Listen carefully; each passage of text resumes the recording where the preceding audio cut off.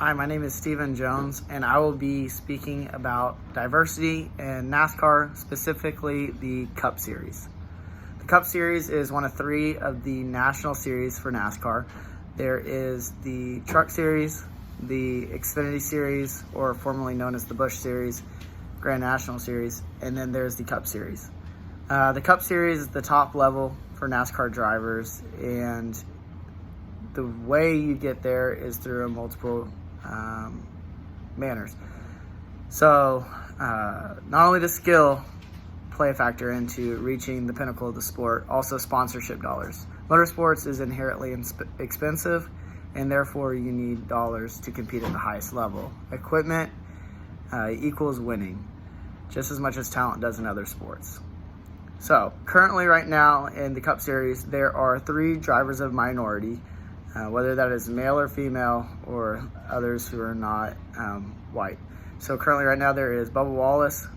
He is a black driver that races for Richard Petty Motorsports, who's been in the news lately with everything going on. And then there is Eric Almirola, who is, his family's from Cuba. He is currently an American citizen. And then there is Daniel Suarez, who is from Mexico. These 3 drivers were benefactors of the Drive for Diversity program that NASCAR has instituted. But just because they've reached the Cup Series, they have not reached the pinnacle of winning a championship in the Cup Series and have found very limited success. Right now, no minority driver has ever won the Cup Series. There have been few drivers who have actually won races. One of the first, Wendell Scott, former bootlegger in the South, won a race when NASCAR was first founded, but found difficulty actually being recognized as the true winner of the race, and it took years and years before NASCAR officially recognized him as the winner of the race. Several factors play into the reason why NASCAR has struggled to find diversity where other motorsports has, and one of the reasons is the history of the sport. So NASCAR was founded in the South of the United States.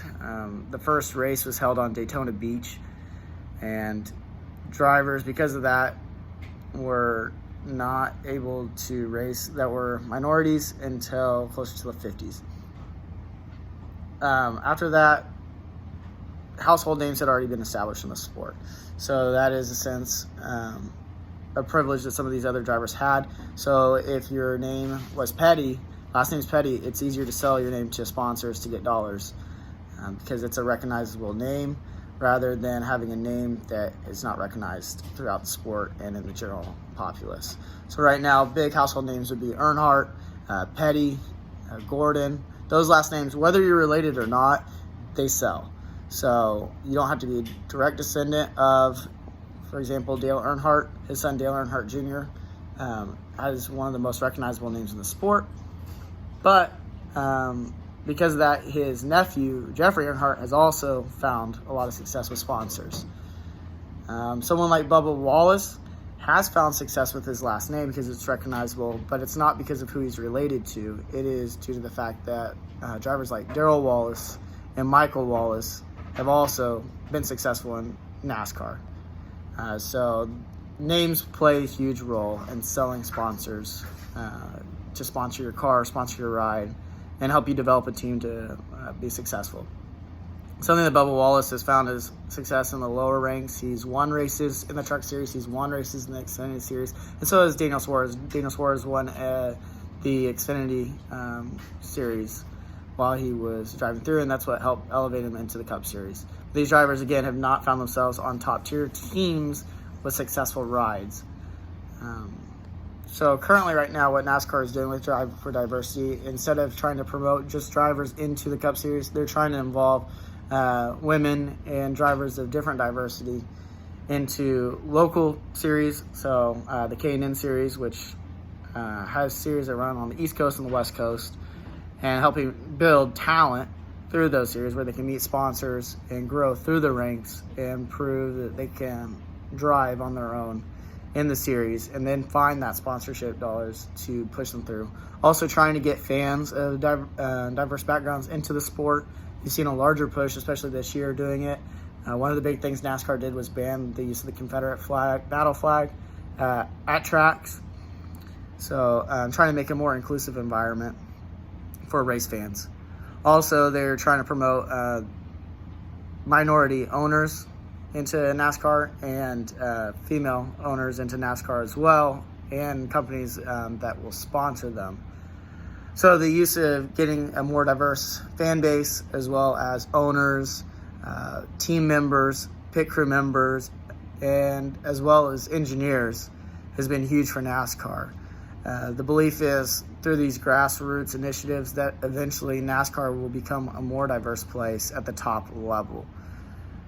Currently, we're seeing a driver named Hailie Deegan start to make her way through the ranks in NASCAR. Her dad is Brian Deegan, who was a Supercross champion, one of the more famous motocross riders.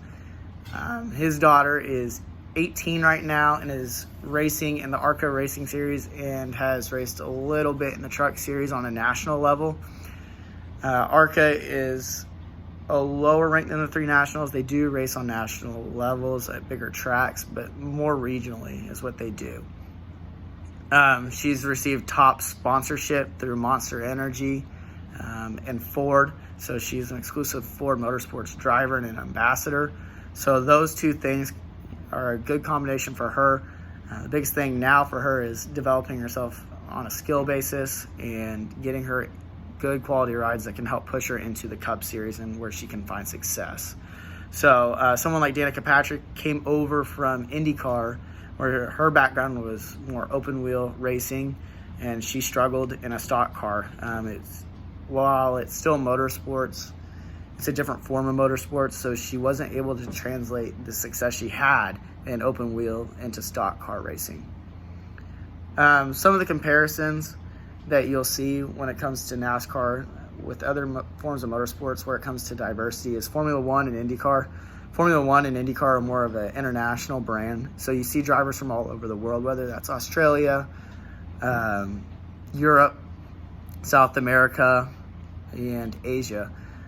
Drivers come from all backgrounds, but there's still forms of racism in those forms of motorsports. Recently, the 101st Indy 500, Takuma Sato was the first Asian-born winner in IndyCar, and that just shows you right there how long it's been for IndyCar to find a lot of diversity. And Formula One, the current world champion Lewis Hamilton faced a large amount of racism growing up in karting, and as he's coming through the ranks into Formula One, and still does today on an international level. So just because drivers find success in motorsports doesn't mean that the racism isn't still there, and it's still a struggle for them to sustain that success. So I believe that through NASCAR's drive through diversity and their current initiatives into broadening their fan base and making it a more inclusive place on the track, it's going to help promote diversity in the long run for the sport and help it grow through different communities and different avenues where it hasn't been before. Thank you. Have a good day.